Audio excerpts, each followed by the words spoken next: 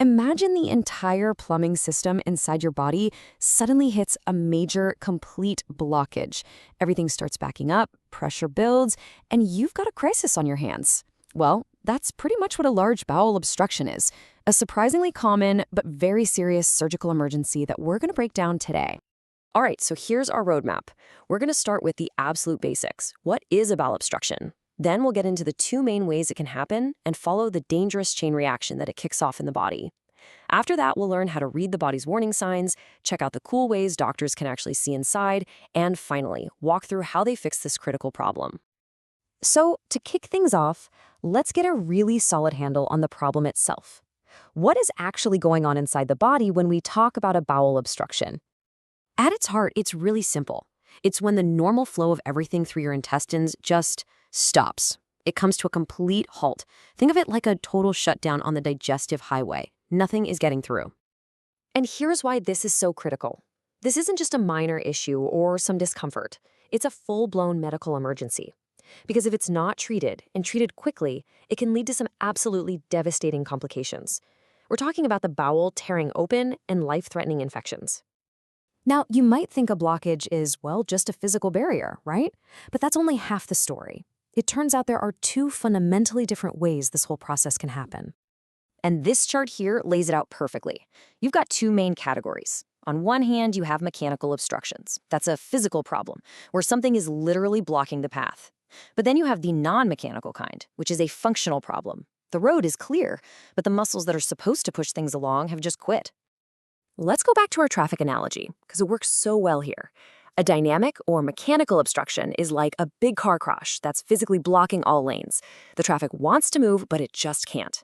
An adynamic or functional one, that's like all the cars on the highway running out of gas at the exact same time. There's no crash, but absolutely nothing is moving.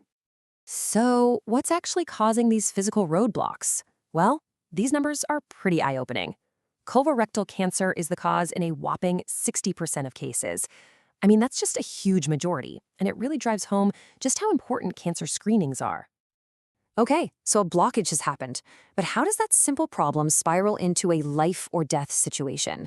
Let's trace the dangerous domino-affected triggers inside the body. Initially, the body tries to fight it.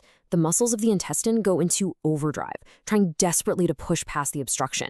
But, like any muscle, they eventually get worn out. They become fatigued, the bowel starts to stretch and swell up like a balloon, and it starts pulling massive amounts of fluid from the rest of the body, leading to some really dangerous dehydration. And this is where it gets even scarier. As the bowel keeps swelling, the pressure inside skyrockets.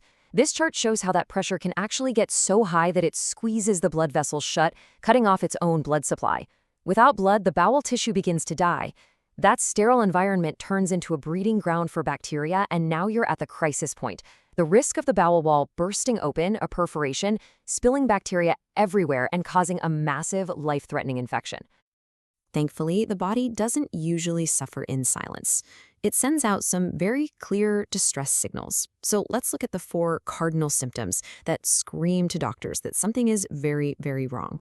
These are the big 4. You've got abdominal pain, which often comes in waves. Then there's abdominal distension, that's a visible swelling of the belly. Vomiting is another. And finally, something called absolute constipation, which is exactly what it sounds like, a complete inability to pass stool or gas. When a doctor sees those 4 together, it's a huge red flag for a complete obstruction.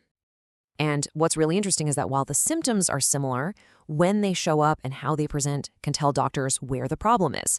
For instance, with a large bowel obstruction, things tend to happen more gradually, and vomiting happens much later than if the blockage were higher up in the small bowel.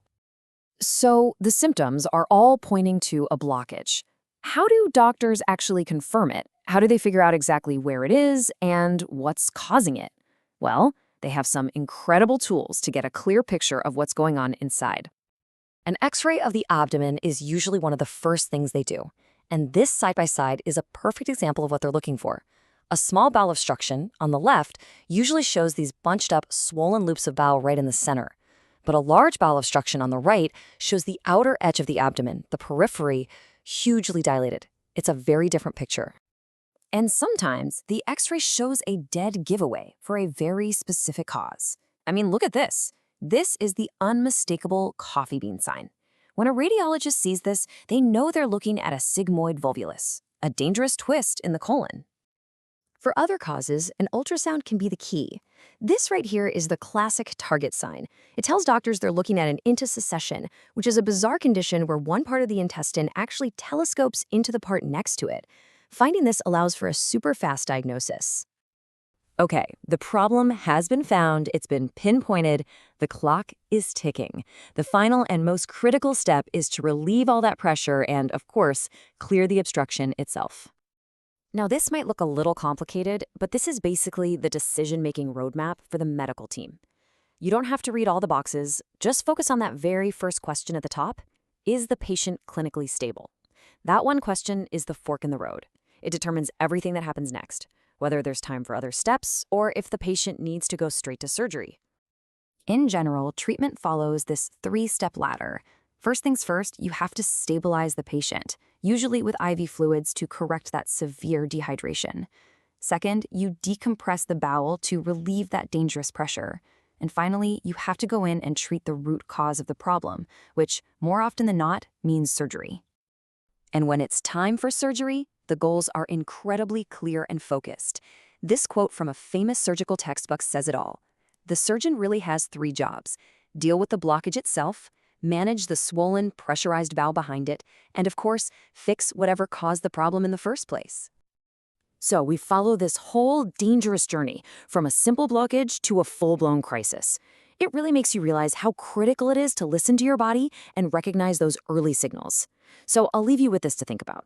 What's the one key sign you've learned about today that would make you tell a friend or a family member, hey, you need to get to a hospital right now?